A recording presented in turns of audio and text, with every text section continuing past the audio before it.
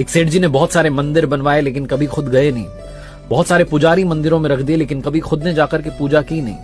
एक दिन उन्हें पैसों का संकट आन पड़ा। उनको 100 करोड़ रुपयों की आवश्यकता थी। बिना देरी के मंदिर के लिए भागे और सुबह सुबह उनको बोहनी की आदत थी। उन्हें लगा कि कोई और आकर के प्रभु का मन खराब ना कर दे, तो जाकर के मंदिर के वहां खड़े हो गए।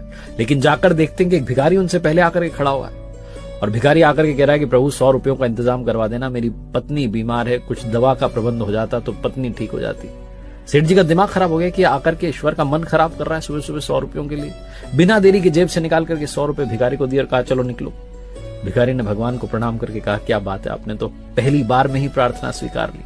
और अब सेठ जी का नंबर आया। सेठ जी कहने लगे भगवान 100 करोड़ रुपए का इंतजाम करवा दो, 100 करोड़ रुपए का इंतजाम करवा दो। प्रभु मूर्ति में से प्रकट हुए और कहने लगे कि एक भिखारी से तो तूने मेरा पीछा छुड़वा दिया, लेकिन तुझसे पीछा छुड़वाने के लिए मुझे तुझसे भी बड़ा भिखारी ढूंढना पड़ेगा जो तुझे आकर के 100 करोड़ रुपए दे दे। सेठ जी की आंखें भीग गई। उन्होंने कहा प्रभु ये क्या कह रहे हो, आपने इतना बड़ा ताना दिया। भगवान ने कहा और क्या, तू हमेशा मांगने ही तो आता है, कभी मिलने नहीं आया। अगर मिलने आया होता तो संकट तुझ पर कभी आया ही ना होता। कहानी का सार बस ये कहता है कि मांगना बंद कीजिए, अपने आप को समर्पित कीजिए और कहिए प्रभु आप कृपा बरसाइए, सब आपके हाथ।